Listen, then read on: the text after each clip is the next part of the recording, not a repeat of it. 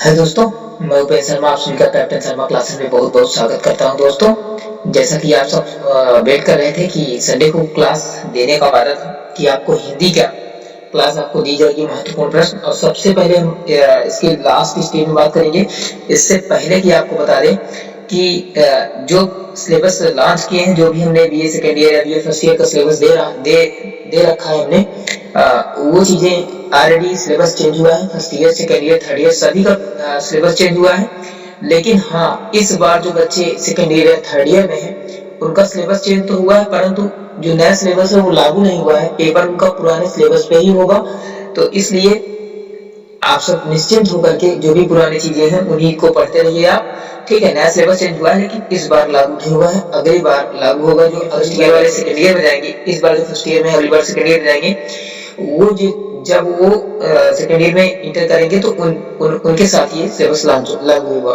तो आप लोग के लिए नहीं है। जो बच्चे अभी इस वर्ष बीए सेकेंड ईयर में हैं तो उनके लिए जो हिंदी आधुनिक हिंदी कविता है उसके लिए महत्वपूर्ण जो प्रश्न बनते हैं वो भी लॉन्ग क्वेश्चंस, उस पे हम चर्चा करेंगे। 4-5 क्वेश्चंस अभी हम यहाँ पर कलेक्ट किए हैं, आपको यहाँ पर दिखाते हैं। फिर इसके लिए और जो महत्वपूर्ण क्वेश्चन बन सकते हैं उनको हम और लाएंगे। और इसके लिए व्याख्या वगैरह जो भी व्याख्या है, व्याख्यात्मक प्रश्न है और व्याख्या कैसे की जाए, अच्छे से व्याख्या कैसे की जाए, इस पे हम चर्चा करेंगे। और आप सब साथ बने रहिए।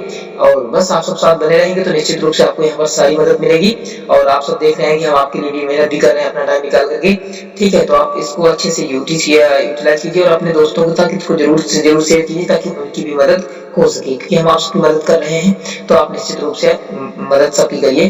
तो चलिए स्टार्ट करते हैं। और आप सब मस्त होंगे, पढ़ते होंगे, बढ़िया से तैयारी करते रहिए। और जो बच्चे कंपटीशन की तैयारी कर रहे हैं उनके लिए वोकैबुलरी सेशंस और न्यूज़पेपर द हिंदू और इंडियन एक्सप्रेस वहाँ टेलीग्राम के चैनल पर मिलता है। आप उसको टेलीग्राम चैनल से जुड़ें और वहाँ पर करंट अफेयर की क्विज भी आप सॉल्व कर सकते हैं। तो जुड़ना ना भूलिए, लिंक डिस्क्रिप्शन में दिया गया है। और फेसबुक से जुड़ना चाहते हैं तो हमारी खुद की ऑफिशियल प्रोफाइल है और ये कैप्टन शर्मा क्लासेस का फेसबुक पेज भी है, ट्विटर भी है, सब कुछ आप जुड़ सकते हैं। तो उस पर बातें ना करते हुए अपने पॉइंट पे आते हैं डायरेक्ट। राइट, तो आप सब देख रहे होंगे, आई होप। राइट, तो आप सब देख रहे होंगे कि इसमें जो भी है आपका, ये आपको दिख रहा होगा पूरे तरीके से ये सारी चीजें। Right, BA second year Hindi important long questions आप किससे बात करेंगे?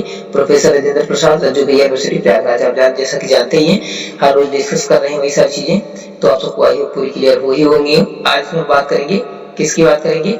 ओनली वन बीए द्वितीय वर्ष आधुनिक हिंदी कविता के महत्वपूर्ण प्रश्नों की चर्चा इसमें हम करेंगे। तो आप सब स्पष्ट रूप से इसको समझते चलिएगा, पॉइंट टू पॉइंट आपको निश्चित रूप से समझ में आएगा। दोस्तों चलिए स्टार्ट करते हैं सेशन को। ये रहा आपका पहला क्वेश्चंस, जो कि आपका मैथिली शरण गुप्त है। इसके देखो, इसमें क्वेश्चन सिद्ध करने के पॉइंट काफी ज्यादा आते हैं। आपको क्वेश्चन दिखा रहे हैं।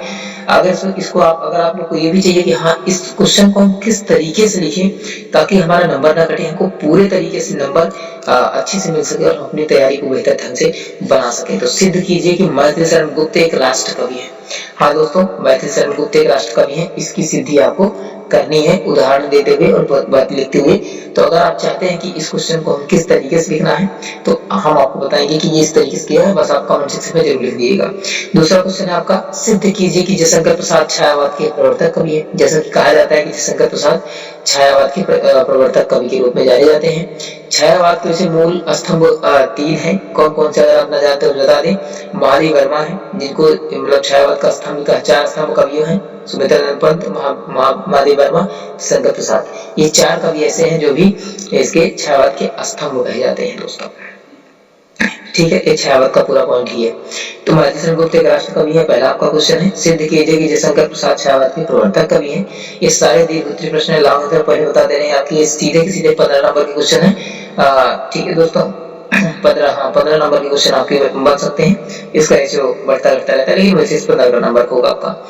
ठीक है, तो आपको 2 क्वेश्चन यहाँ पर है। ये 2 क्वेश्चन यहाँ भी है आपका। जयशंकर प्रसाद द्वारा रचित कवाली के आशा सर्ग, जो आपके सिलेबस में रखा गया है, 15वां सर्ग है, आशा सर्ग है। आशा सर्ग पर अपने विचार प्रस्तुत कीजिए। यह आशा सर्ग का कथा वस्तु संक्षेप में लिखिए। क्वेश्चन इससे भी आता है, आपका लागू उत्तरी पूछ लेता है। तो विशेष आपका दीर्घ उत्तरी प्रश्न यहाँ से ज्यादा बनने के चांस होते हैं, इसलिए हम इसके बाद चर्चा कर रहे हैं दोस्तों। तो आई होप आप सबको सारी बातें समझ में आ रही होंगी। आपको इसकी पीडीएफ मिल जाएगी। आप देखो वीडियो जब भी हो आप पूरा देखा करो, तो आपको क्वेश्चन किस तरीके से जो भी हम स्ट्रेटजी बताते हैं और सारी बातें करते हैं, ताकि आप पूरा देखेंगे तो आपको निश्चित रूप से सारी बातें समझ में आएंगी। इसलिए बीच में क्लास छोड़कर मत जाया करो, जब तक देखना है पूरा देखना है, ठीक है। इससे आपका प्रॉफिट, ताकि किसी भी डाउट पे आप कमेंट सेक्शन में लिखेंगी सर मेरी समझ में नहीं है, समझ नहीं है, समझ में आया, तो सारी चीजें भी पूरा देखने के बाद आपका सारा डाउट क्लियर हो जाएगा। इसलिए क्लास को पूरा देखा करो, ठीक है। तो पहला दूसरा आपका ये तीसरा क्वेश्चन रहा, जयशंकर प्रसाद द्वारा रचित कहानी आशा सर्गे पर अपने विचार प्रस्तुत कीजिए, ठीक। ये हो गया। सिद्ध कीजिए कि सुमित्रानंद पंत प्रकृति के सुकुमार कवि हैं। Very very most important question है साहब, ये पूछा जाता है अधिकतर केस में। सिद्ध कीजिए कि सुमित्रानंद पंत प्रकृति के सुकुमार कवि हैं, ठीक है। या ये बहुत इंपॉर्टेंट, क्योंकि इनकी सारी रचनाएं नौका विहार लोकांतर, अगर बात करें इसमें मतलब कि नौका विहार हो गया, युगांत, बीड़ा, पल्लव, ये सारी चीजें प्रकृति पे आधारित है। इसमें सबसे ज्यादा महत्वपूर्ण है नौका विहार, क्योंकि ये जानवे करते हो काला बाबा अपने ही रायबरेली के पास में ये कुंडा जो लगता है, तो इसी के आसपास में है, ठीक है। तो ये इसी में है आपका, यहीं पर नौका विहार कर रहे थे तो वहीं पर ये रचना लिखे थे, ठीक है। और बाकी सारे कवि लगभग सब अपने ही उत्तर प्रदेश के ही है। तो ठीक है, हम भी उत्तर प्रदेश के हैं और आप भी उत्तर प्रदेश के हैं, ठीक है। तो ये क्वेश्चन भी आपका है। अगला लास्ट क्वेश्चन है आपका, सिद्ध कीजिए कि सूर्यकांत त्रिपाठी निराला एक विद्रोही कवि है। जी दोस्तों, अगर हम बात करें निराला की, क्योंकि निराला जो है, निराला नाम ही है इनका, निराला तो निराला ही है, इसलिए इनका नाम ही निराला पड़ा है। तो ये एक विद्रोही कवि है। इस विद्रोही का तात्पर्य यह है कि मतलब कि बहुत सारी रहस्यमय बातें हैं जिन्होंने इसका विद्रोह किया है, तो इसलिए इनको एक विद्रोही कवि कहा जाता है। तो इसके लिए आपको ये 5 क्वेश्चन की श्रृंखला थी जिसको हमने आपको डिस्कस किया। इसकी पीडीएफ टेलीग्राम चैनल पर मिल जाएगी।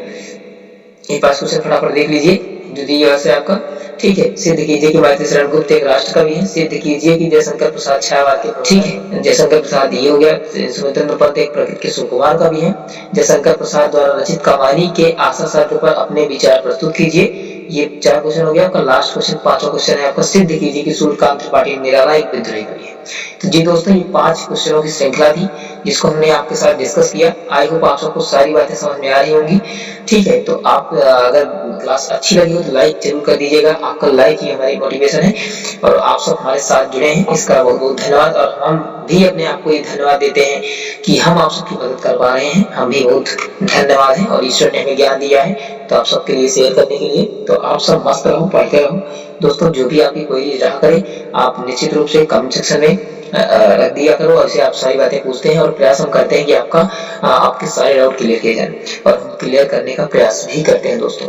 तो आप सब मस्त रहा करो, पढ़ते रहा करो, और अपने बस दोस्तों पेन शर्मा के साथ जुड़े रहिए, और जो भी मदद हो सके हम आपको करेंगे निश्चित रूप से।